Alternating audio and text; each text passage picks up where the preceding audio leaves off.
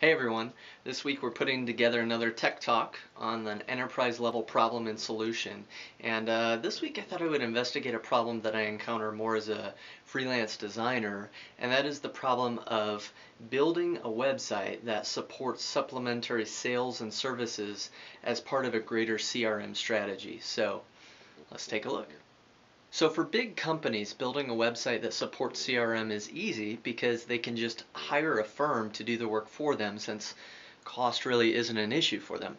But for smaller organizations, whether they be small businesses, nonprofits, or even churches, many times this just is not an option. It can be really overwhelming to think about building a website on your own. Anybody out there? Yeah, it's not just the building of the website. You have the ongoing maintenance you have to consider, the infrastructure to support it. So there's a lot of pieces that are going on here. So why is a website for CRM even important anyway? Well, from our reading, we've come to understand that customer relationship management is about sustaining customers and building loyalty over time. And a key component to managing these relationships is the exchange of information between customers and organizations. For this reason, Jayachandran, Sharma, Kaufman, and Raman address the importance of web-based CRM because it can provide information to customers at any time, and they can provide feedback back to the organization at any time. It's a two-way street. They say that reciprocal communications, therefore, are significant in the context of customer relationships because trust and commitment are unlikely to develop in the absence of sharing information.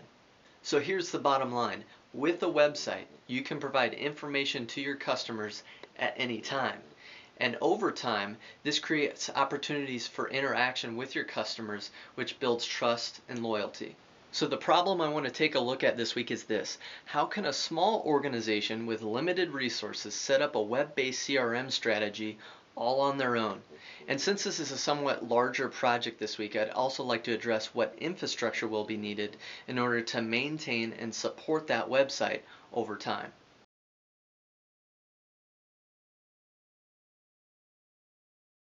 Okay, so in order to build a website like this, we're going to need a web-based content management system, or CMS. The good news is that web development has been around for a really long time, and that means there are a lot of great, easy to use, and low-cost tools available out there. The first option is called Clover Sites, which is an inexpensive, easy-to-use CMS which offers a number of pre-built templates to choose from.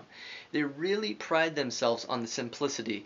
In fact, their tagline is "Made for people, not for programmers." This is a very strong candidate, though it is based on a programming language called Flash, which is fairly inflexible and will be disappointing if you're interested in really customizing your site over time. Another option is called Squarespace, which offers no initial setup fee, unlike Clover Sites, but instead offers tiered monthly pricing, so you only pay for the groups of features you want, such as storage, bandwidth, etc.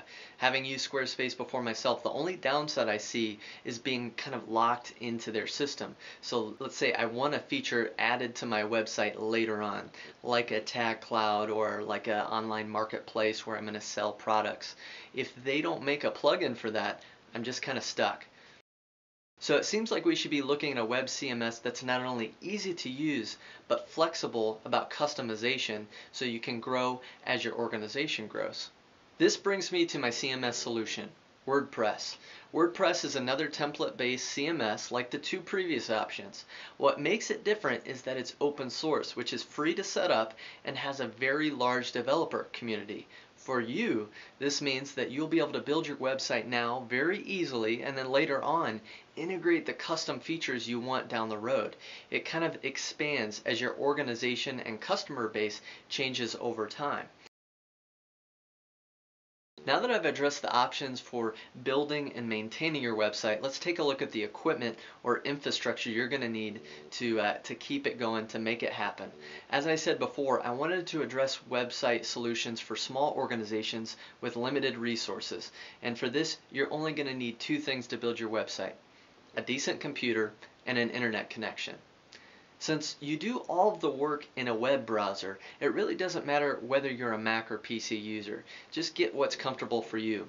A good computer for building a website should cost you probably around $1,000, and the monthly internet charges should run between $40 and $50 a month. I would really recommend going with a broadband internet connection, something like Comcast or AT&T UVerse, which gives you around 10 to 20 megabits per second. All in all, I think this will be a great solution for small organizations. Essentially, there are two things you need to consider. One, a web-based CMS, which helps in the building and maintenance of the website. And number two, the infrastructure, which is the computer and broadband internet connection. For a typical WordPress install, the cost will include your monthly hosting, which is about $10 a month, as well as your infrastructure, which is about $1,000 for the computer and $50 per month for the broadband internet.